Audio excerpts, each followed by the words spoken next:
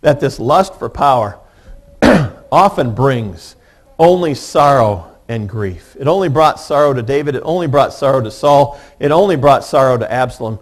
There is just no joy there at all. And now we have that matching episode of David marching back into Jerusalem.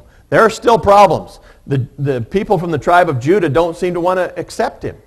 So David offers to make Absalom's general of the army, which is quite an interesting thing for David to do. He's not really interested in saving his kingdom. He's not interested in his own personal safety. He's willing to do whatever it takes to make sure that this kingdom survives. On the way back into town, he meets Shimei again.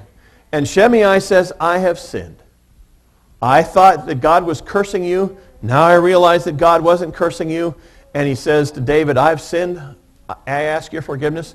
David forgives him. In an amazing act. David just says, that's good. I'm glad you realized where you've gone wrong. He comes to Mephibosheth and Ziba, and he can't quite figure out where these two guys fit and who's the villain in this thing. So he divides the property among the two of them. He says, yeah, I believe you, Mephibosheth, and I believe you, Ziba. And I can't decide. He'd have to wait for Solomon to make that choice. So he says, I'll give the land to both of you. Barzillai the Gileadite, who had helped David out when he was on the run, is blessed by David. He's told, you can come and live at the palace, and Barzillai says, no, I just want to stay at home and keep my feet close to the fire and have all the comforts of home. I'll send my son. And David says, great. I want to reward you for helping me out. Finally, in chapter 20, there is another rebellion. And this one matches the rebellion that we saw back in chapter 15. Again, the author is pulling all of these things together. The rebellion exposes this crack between the northern 10 tribes and the southern 2 tribes. It says that all of the men of Israel went out to fight this. But that probably wasn't the case. It may have just been all the representatives of all of these tribes were there. The author is trying to tell us that there is a serious problem that's going to arise. And so Amasa, who is the general, goes out to quell this next rebellion that comes along. But Joab, the old general, is not going to allow this to happen. He is an absolutely ruthless wielder of power. Now, David has promised to replace Joab with Amasa, but Amasa fails. He wasn't a great general when it came to fighting David there in the forest, and now he fails again. He really wasn't a great general. But Joab comes to him in peace. In the act of shaking his hand, in the act of giving him a hug, he sticks a sword into his gut and drops him on the road, and they just leave him there. They really don't care about this man. They just sort of throw him in the ditch and say, die over there. We're on our way to fight this battle. Joab is an example of a person who just likes power and likes to use it. He goes to fight this battle way up there in Abel Beth Maacah, which is way off to the north. You can see the Dead Sea there on the inset and the Sea of Galilee, and it's way off to the north. And there we meet another interesting situation. We have another wise woman. We had the woman of Tekoa that came and told David how to handle his situation with Absalom. Now we have another one. And these women are in contrast to all of these people who like to use power. We have a situation here in these chapters, as we try to figure out how to apply this, of rebellion, of using power. But we see that all of this rebellion, all of this destruction comes from David's sin. It's all connected.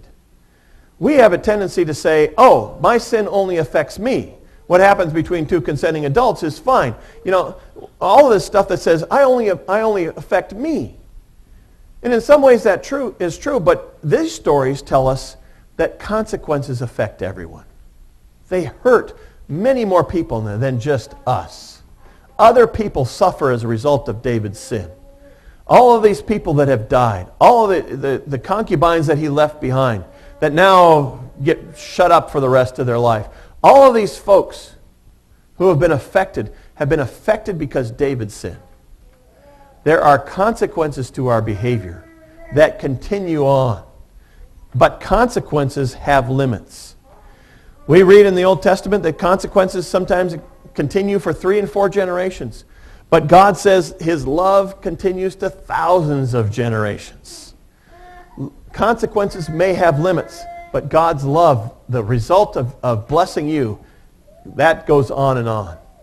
Absalom came to power by duping the men of Israel. Joab retains his power by killing.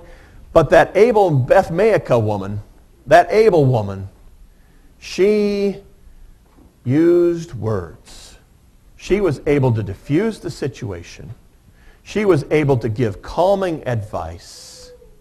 She was able to do what Joab and what Absalom could not do.